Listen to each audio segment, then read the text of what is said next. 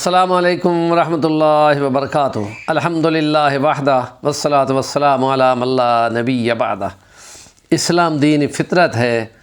اور اس دین فطرت میں اس کی طرف دعوت دینا بہت بڑا کام ہے۔ اس لیے قرآن کریم کی ایک آیت موجود ہے، بڑے بڑے علماء کے نزدیک انہوں نے اپنے کام، ذاکر نائک ہو گیا، ڈاکٹر اسرار ہو گیا، پیر ذوالفقار نقشبندی ہوگا، یہ تمام لوگ کہتے ہیں کہ ہم نے اپنے کام دنیا کے اپنے پروفیشنل ورک چھوڑ دیے، کیونکہ اللہ نے کہا وَمَنْ أَحْسَنُ قَوْلًا مِمَّنْ دَعَا إِلَى اللَّهِ، اس سے اچھی بات کس کی ہوگی جو اللہ کی طرف لوگوں کو بلائے، یعنی انبیاء کا جانشین بن کر وہ دعوت دیتا ہے، اس کے کام میں خلوص ہوتا ہے، اللہ کی رضا کی فکر ہوتی ہے، محشر کے میدان میں وہ انبیاء کے ساتھ ہوگا۔ بس خطرہ جو ہے وہ یہی ہے کہ نبی پاک نے فرما دیا تھا کہ قرب قیامت میں میری امت بھی یہود و نصارہ کی طرح ہو جائے گی،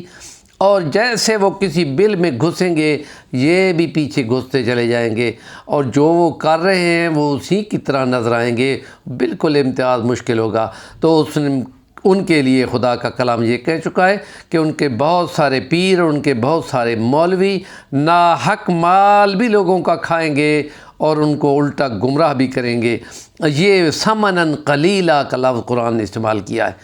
کہ وہ جو اس کام کے بدلے میں کتمان حق کرتے ہیں، حق کو چھپاتے ہیں اور اس کے بدلے میں ثمناً قلیلا لیتے ہیں، اور وہ لوگ جو اپنے عہد کو بیچتے ہیں اور ایمان کو، اپنے حلف اور قسم اور اس کو اوتھ کو بیچ کر جو لیتے ہیں، قرآن نے اس کو کہا ثمناً قلیلا، اولئک لا خلاق لهم فی الآخرہ ولا یکلمہم اللہ یوم القیامہ ولا یزکیہم ولہم عذاب علیم۔ یہ دونوں جگہوں پہ کتمان حق والوں کے لیے خدا کا قرآن یہ کہہ رہا ہے، سورۃ البقرہ 174 نمبر آیت میں، کہ اللہ ان سے بات بھی نہیں کرے گا، ان کو پاک بھی نہیں کرے گا، ان کو اذیت کا عذاب دے گا۔ اور جو عہد کو بیچتے ہیں اور حلف کو بیچتے ہیں اور اوتھ کو بیچتے ہیں تو وہ بدلے اس کے کچھ مال لیتے ہیں، تو اس کے لیے بھی خدا فرما رہا ہے لا یکلمہم اللہ یوم القیامہ ولا یزکیہم، اور ان کے لیے کوئی حصہ نہیں آخرت میں، نہ ان کو پاک کرے گا، نہ ان کو، بلکہ یہ الفاظ بھی ہیں، نہ ان سے بات کرے گا، نہ ان کو نظر رحمت سے دیکھے گا، نہ پاک کرے گا۔ یہ تینوں کام پورے ہو گئے۔ وَلَهُمْ عَذَابٌ عَلِيمٌ اوپر سے کہہ دیا، بہت اذیت ناک عذاب ہوگا۔ یہ بہت سخت وارننگ ہے ان کے لیے جو بھی اپنی ڈیوٹی پہ حلف لیتے ہیں، چاہے وہ حکمران ہیں، چاہے وہ جج ہیں، چاہے وہ فوج کے جرنیل ہیں، یا وہ پولیٹیشین ہیں، یا وہ بیوروکریٹ ہیں، جو بھی اپنے عہد سے اس کے بدلے میں جو کیا ملتا ہے ثمناً قلیلا، قرآن کی یہ ٹرم ہے ثمناً قلیلا۔ تو مفسرین نے کہا ہے کہ کیا ثمناً قلیلا نہ لیتے، زیادہ لیتے؟ فرمایا جتنا بھی زیادہ لے لو، مقابلہ ہے تمہارا دنیا کا آخرت کے ساتھ، دنیا کی متاع کا آخرت کے ایور لاسٹنگ لائف ہے اور ان کی نعمتوں کا ہے، اور ٹریلینز اینڈ ٹریلین گلیکسل لائف جس کو ہماری، جہاں دنیا میں کچھ مفاد کے لیے تم اپنے عہد کو بیچ دو گے اور کتمان حق کر لوگوں کو گمراہ کرو گے،